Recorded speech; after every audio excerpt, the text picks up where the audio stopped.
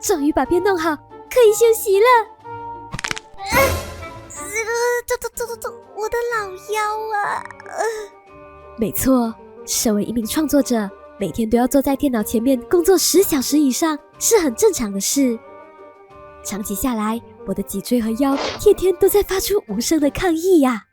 只希望短暂的睡眠时光可以帮我舒缓一下我的身体和工作压力，但是几乎每晚我的睡眠品质都不是很好，隔天醒来后还是一样会腰酸背痛的。为了改善我的睡眠质量，我开始意识到一个好的床垫对我来说真的非常重要。我认真仔细上网搜寻过，通常好的床垫品牌价格动辄4万、6万起跳，我实在是没有那么多预算啊，所以就只能暂时搁置了。而就在不久前，上天好像听到了我腰痛又缺钱的烦恼，我竟然收到了 Emma Sleep 的合作邀约。虽然之前已经看到很多创作者都有在分享，但奈何一直没有机会去试试，正好趁这个机会我可以亲自实测一下。于是在床垫一到的时候，我跟饭团就立马去取货啦。床垫的包装是采取压缩卷包的设计，整个开箱的过程非常简单，看着床垫逐渐蓬起来，我竟然觉得很疗愈啊！哒哒！不过短短几分钟，我的 Emma Sleep 床垫就完美的放在我2楼的房间啦。我拿到的这款是 Emma Hybrid 独立筒床垫，它是能够支撑身体7区头、颈、肩、腰、大腿、小腿、足部的 Aeroflex 独立筒，配上 NASA 发明技术的 Visco 弹性记忆棉跟高支撑性的 HRX 棉层，不管是侧睡、趴睡或仰躺，Emma 的床垫都能完美贴合脊椎自然曲线，减缓对血管神经的压力。一切以最符合人体工学的方式分配你的体重，达到最大的舒压效果，让你享受到最舒适的睡眠体验哦。还有就是我跟饭团因为工作分配的关系，有时候饭团会比我早睡。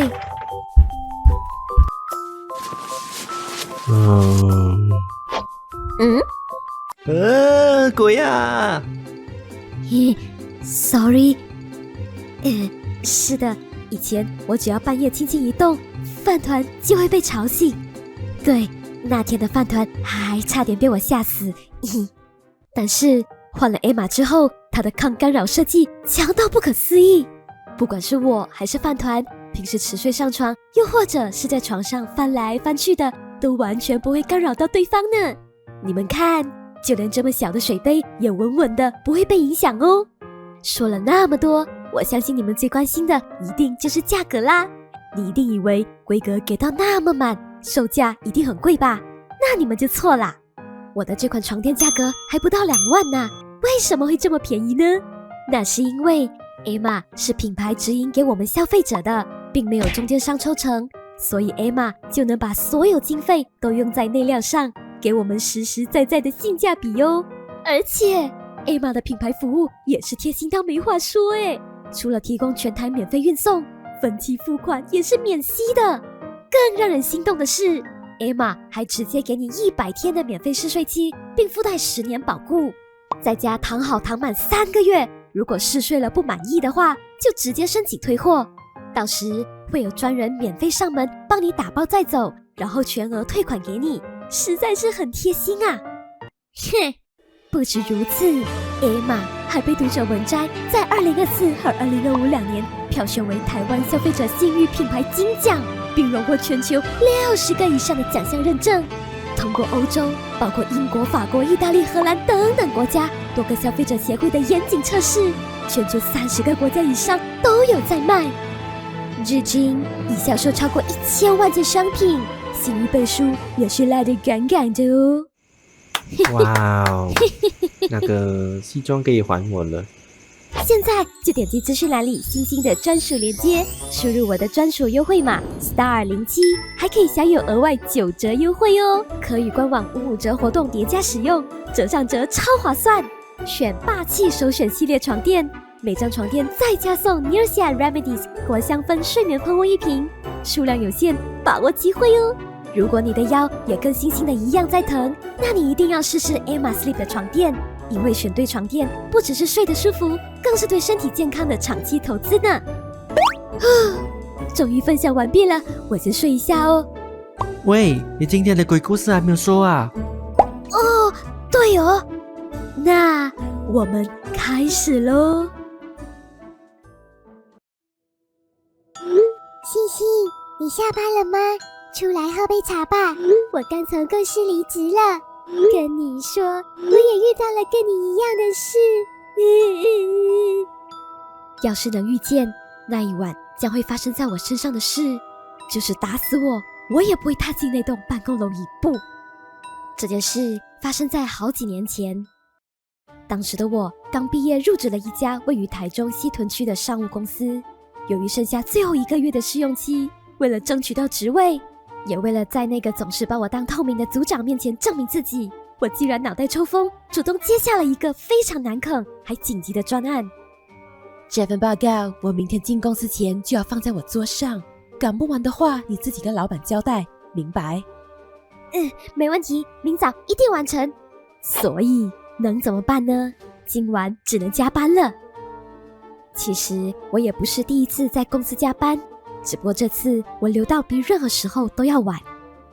星星，你还不走啊？明天再做啦，现在都8点了耶。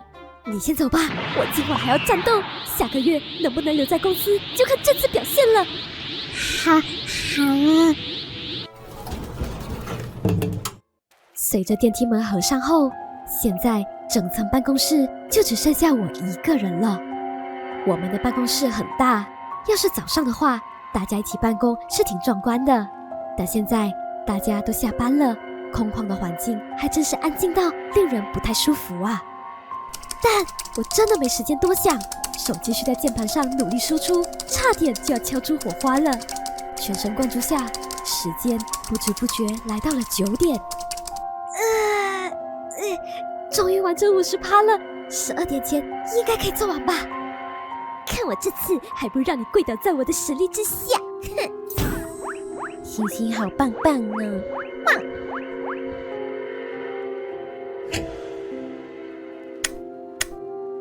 是的，这个时间点，大楼的智慧型省电系统开始运作了。从远处的门口到前方的会议室和人资部，灯光像捣鼓牌一样一盏一盏的关上。此时莫大的办公室里就只剩我头顶上唯一的一盏荧光灯和我面前2台发出幽幽蓝光的电脑荧幕。其实这个时候我已经开始感觉到有点心神不宁了，因为我就像躲在一个被黑暗笼罩下唯一的安全区，感觉只要踏出这一小片光照区域，我就会遭遇到不好的事情。又来胡思乱想了，再不快点做完，老板明天发飙起来，我还怎么混下去啊？我试着用键盘的敲击声来掩盖我的不安，可我越想无视，我的感官就越被放大。机镜中偶尔传来的机器运转声和不知名的异响，一再挑战我已经紧绷的神经。可恶！一压力就见颈痛，我干嘛要犯贱去接这份报告啊？连晚餐都没时间吃，我真是服了我自己了欸。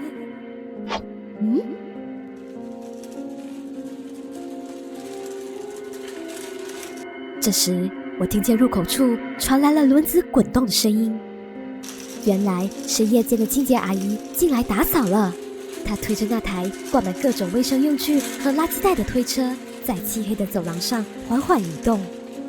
我松了一口气，看到清洁阿姨来到我的座位旁更换垃圾袋，那种不安的感觉缓和了许多。小姐，你还不回家哦？要做到几点啊？阿姨，快了啦，多1-2个小时就可以走了。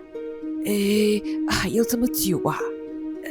你听阿姨说哦，现在收拾东西，马上回家啦。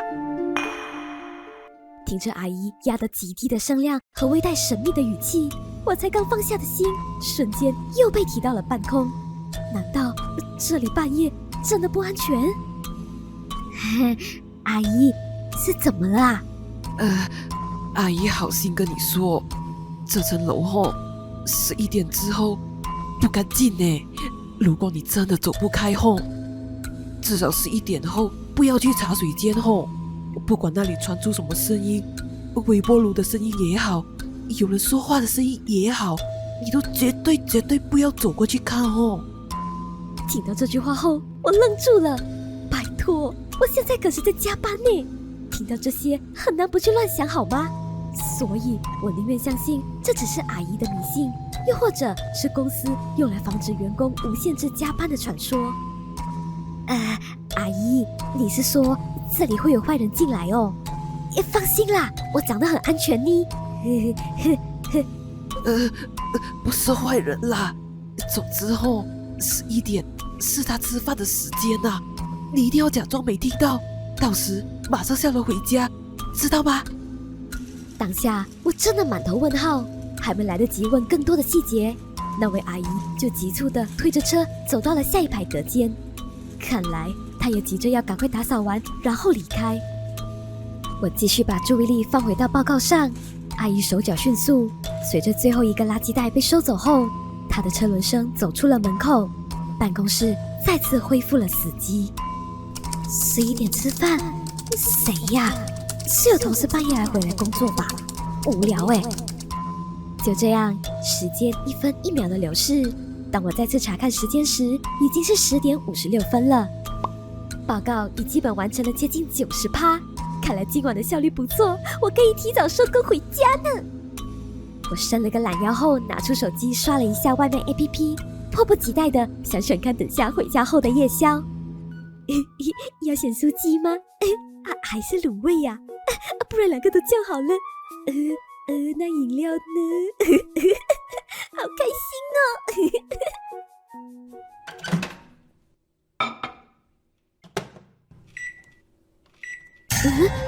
这个声音是11点了，那个提示音是从茶水间传出来的。此时，我全身的肌肉瞬间绷紧，在这极度安静的空间里，微波炉运转时发出的嗡嗡声，把我好不容易维持住的镇定完全搅碎。我坐直的身体，额头开始莫名其妙的渗出了冷汗。不可能的，清洁阿姨离开后就没有人再进来过啊！还是我刚打报告太投入，没发现有人进来啊！绝对是有同事回来加班了啦！于是我站起身，望了一圈办公室，全部座位都是暗的啊，只有我座位上方的感应灯还亮着。这代表在这么大的空间里，确定只有我一个人。此时我已经很不淡定了，尤其是当我再度听到茶水间传来了第2种声音，那是包装袋被狠狠撕开的声音，接着手指像发了疯似的一直拨着塑料便当盒的内壁，紧随而来的是近乎野兽般疯狂的咀嚼和吞咽声，一口接着一口，仿佛有什么东西已经饿到失去了理智，想把眼前的一切塞进嘴里。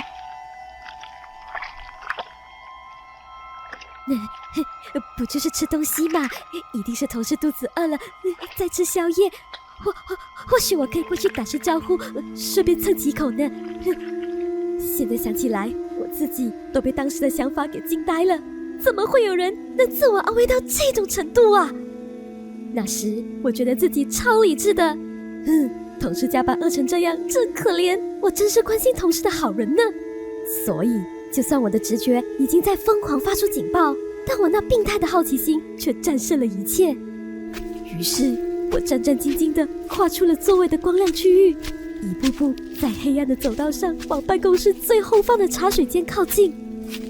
我贴着墙壁轻手轻脚地移动，但过程中我已经紧张到胃都在翻滚了，只是我的脚还是停不下来。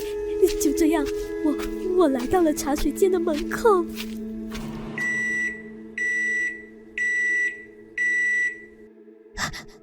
是食物热好了。随着微波炉门被打开的声音，我再也忍不住强烈的好奇心，慢慢往茶水间里看过去。仔细一看，远处的微波炉的确被打开了，里面还真的摆了一个便当盒，只是那个便当盒好像被什么东西给胡乱扒过，食物撒得到处都是，弄得整个炉和台面一片狼藉。我僵在门口，不敢往里面再多走一步。这死一般寂静的空间，我已经能清楚听到自己克制到极致的呼吸声，而我的脑袋此时正疯狂运转，想为眼前的异常状况找一个合理的解释。是有猫咪跑进来捣乱了吧？不然就是有人放工前打翻食物，再加上电线短路。此时，那个令人恶心和毛骨悚然的咀嚼声又出现了，而且还离我非常的近。那一刻，我全身的血液仿佛在瞬间凝固了。我看不到它，但却能感觉得到它的气息。那是一阵阵微弱、带着血腥味的热气，似乎正从我的头顶上方传来。我完全不敢抬头。强烈的直觉告诉我，只要一抬头，我就完蛋了。当下，我只能双眼死死地盯着地板。茶水间的地板是非常平整、抛光的黑色硬石砖，微波炉发出的微弱黄光照在地板上，完全可以反射出清晰的倒影。透过地板的反射，我清清楚楚地看到了我头顶天花板的画面。一个身着我们公司制服、背部完全扭曲的人影，正像一只巨大畸形的蜘蛛一样，四肢全都反向折断的挂在了天花板上，而他的头已经完全颠倒过来，朝向地面。那双没有眼白、只有漆黑窟窿的眼睛，正直勾勾的透过地板的倒影与我对视。不仅如此，他的双手似乎还揣着模糊的肉块，并拼命地往自己已经撕裂了的嘴巴里狂塞。我到底是造什么孽了啦？这种事为什么会让我遇到啊？快点跑起来，跑起来呀！不知道是不是太过惊恐了，当下我的脚竟然像灌了铅一样，一步都动不了。就在这时，我发现倒影中的那个东西在慢慢往后退，然后到了墙角边就停住了。我还没来得及反应，下一秒，那个东西竟然发出了一声骇人的尖叫，接着它四肢并用，在天花板上直接朝我的头顶扑了过来。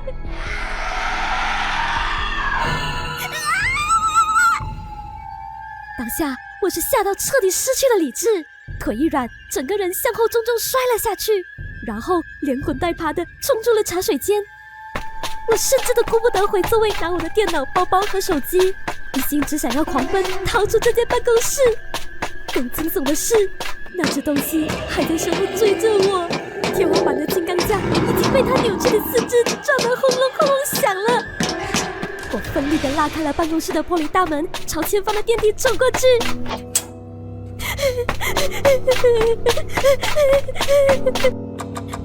开门！快点开门！开门！开门！快点开门啊！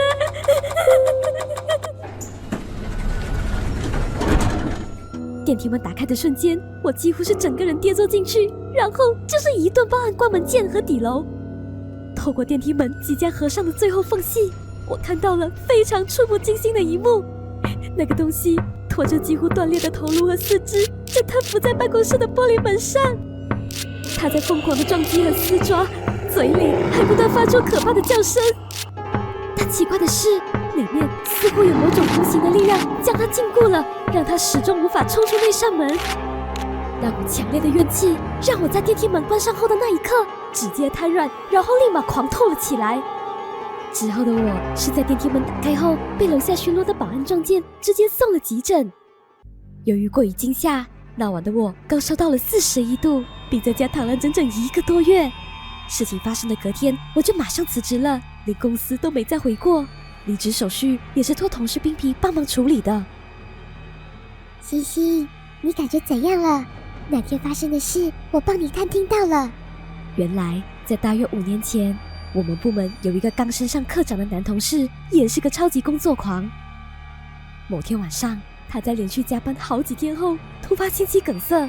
当时的他就是在茶水间热便当，倒下去时，脖子还撞到了琉璃台的尖角，当场人就骨折走了。大楼的保全说，由于事发是周六，直到周一早上清洁阿姨来，才发现他倒在茶水间里，遗体都已经发臭了。什么啊？不过我很难相信你遇到的那些夸张的事你就老实说啦，你其实是不是因为报告赶不及才装病的啊？那公司里都这样传你看我这样子像装病吗？公司还造了成这样，也太缺德了吧！而在那之后不久，冰皮也辞职了。他说他相信了我所经历的一切，因为一向铁齿的他那晚也加班到了接近11点。他正要吃着第一口排骨便当，就突然听到了微波炉的声音。当时全办公室也是剩他一个人，他不以为意继续吃饭，但随后他就听到了那个咀嚼声。只不过那一次，那个声音是直接出现在了他的座位上方，而不是茶水间。当时的他装作没听见，冷静起身离开了座位。或许那个东西被排骨便当吸引了，没有跟着冰皮。他加快脚步走出办公室大门后，隔天就马上丢信辞职了。现在我换到了另一家公司，不管同事主管怎么对我冷言冷语，我都不再加班了。时间一到就放工。以前一直想证明自己的那股冲劲，在那件事后彻底烟消云散。有时想起来，会不会那个东西其实是不想让组员们加班才出来吓人的呢？谁知道呢？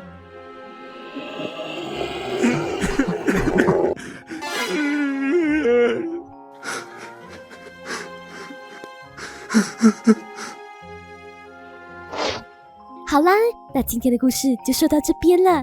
荧幕前的你们是不是也还在加班啊？赶快收一收东西回家休息了哦，不然茶水间的前辈们就要出来陪你们加班了哦。很感谢你们耐心的看到这边哦。喜欢的话一定要帮星星订阅点赞或者加入会员，小小的支持星星哦。我跟饭团就先谢谢你们了。如果还看不过瘾，星星这里还有更精彩的故事，现在就点进去看吧。最后，各位加入零星鬼探社的社员们，干部阿燕、阿燕、雷克斯、Jean、Clay L、小翔，谢谢你们的支持哦！